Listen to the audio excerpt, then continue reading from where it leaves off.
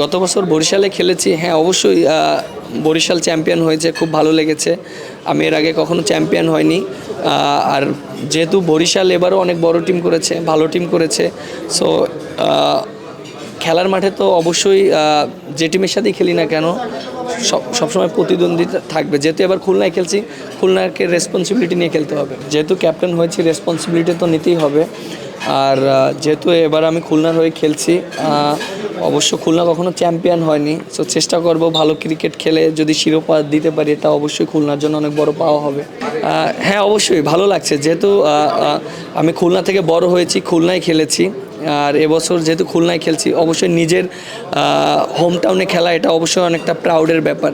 So সেই অপরচুনিটিটা হয়েছে, আর যদি জিততে পারি বা রেজাল্ট করতে পারি তাহলে আরও বেশি ভালো লাগবে। ইন্টারন্যাশনাল অনেক বছর ক্রিকেট খেলেছি এবং বাংলাদেশের প্রত্যেকটা ক্যাপ্টেনের আন্ডারে খেলেছি। সো অবশ্যই এক্সপিরিয়েন্স হয়েছে, আর সেই এক্সপিরিয়েন্সটা কাজে লাগাতে পারবো। আর হ্যাঁ, অবশ্যই যে দেখেন যে ক্যাপ্টেন্সি তো অবশ্যই করাটা অনেক সময় অনেক ডিসিশন নিতে হয়, অনেক জটিল ডিসিশন নিতে হয়।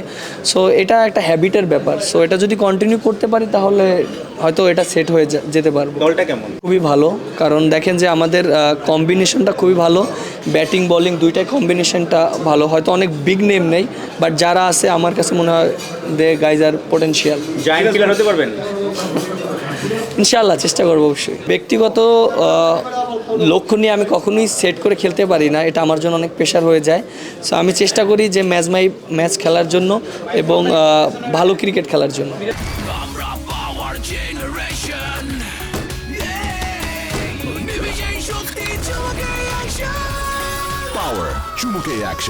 আপনি যেটা বললেন যে এবছরে আমি বেশি রান করেছি, দেখেন আমি একটা কথা সবসময় বলতাম যে উপরে ব্যাটিং করলে কিন্তু রান করার অপরচুনিটি বেশি থাকে। আমি এর আগে যেখানে ব্যাটিং করেছি ওখানে কিন্তু রান করার অপরচুনিটি ওরকম থাকে না, কারণ বোলারদের নিয়ে ব্যাটিং করতে হয়। এখন উপরে যেহেতু ব্যাটিং করছি, আমার সাথে অনেক ব্যাটসম্যান থাকছে, ব্যাটিং করার সুযোগটা বেশি পাচ্ছি, হয়তো সের জন্য ভালো হচ্ছে। সেটা যদি কন্টিনিউ করতে পারি তাহলে আমার জন্য ভালো হবে, কেরিয়ারের জন্য, এবং আমার কাছে মনে হয় টিমের জন্যও ভালো হবে। আর উইকেট যেটা বললেন যে আমার রোলটা অনেক ইম্পর্টেন্ট টিমের জন্য, ব্যাটিং বোলিং দুইটাই ইম্পর্টেন্ট। আমি যদি একটা ভালো করে একটা খারাপ করি তাহলে টিম অনেক সময় সাফার করবে। সো আমার চেষ্টা থাকবে দুইটাই ভালো করার জন্য।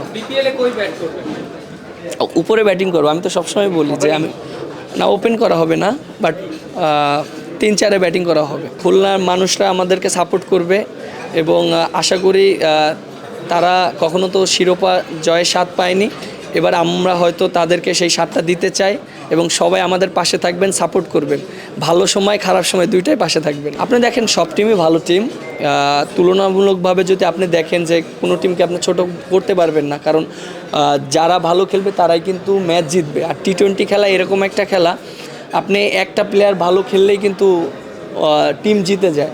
সো আমার কাছে মনে হয় যে সব টিমই ইকুয়াল, বাট খাতা কলমের দিক থেকে বরিশাল সব থেকে এগিয়ে থাকবে, কারণ সব ন্যাশনাল টিমের প্লেয়ার তারা নিয়েছে, senior player, junior player. But তারপরেও এন্ড অফ দ্য ডে মাঠের খেলাটা হচ্ছে ইম্পর্টেন্ট। বড় টিমকে হারিয়ে চ্যাম্পিয়ন হওয়ার মজা অন্যরকম, কারণ লাস্ট ইয়ার যখন কুমিল্লাকে হারিয়েছিলাম খুবই ভালো লেগেছিল। সো অবশ্যই বরিশালকে হারিয়েছি, চ্যাম্পিয়ন হতে পারলে ভালো লাগবে। আপনি একটা জিনিস দেখেন, টি-20 খেলাটা কিন্তু একটা অন্য টাইপ অফ ক্রিকেট।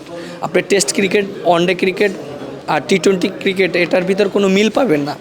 সো আমার রোলটা কি সেটা আগে বুঝতে হবে। সো আমার কাছ থেকে টিম কিভাবে চায়, আমার কাছে টিম হয়তো ব্যাটিং থেকে আশা করে, বোলিংয়ের থেকে। সো আমি ওইভাবে নিজেকে মেন্টালি তৈরি করছি।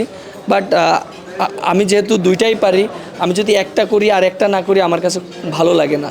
সো এই যে টি-20 ম্যাচ খেলেছি, হয়তো বোলিং করার সুযোগ হয়নি, বাট আমার নিজের কাছে একটু লেগেছে যে না, আমি যদি বোলিং করতে পারতাম আরও ভালো লাগতো। সেই একটা করে আমি কখনোই নিজেকে মানে নিজের ফিলটা ভালো আসে না।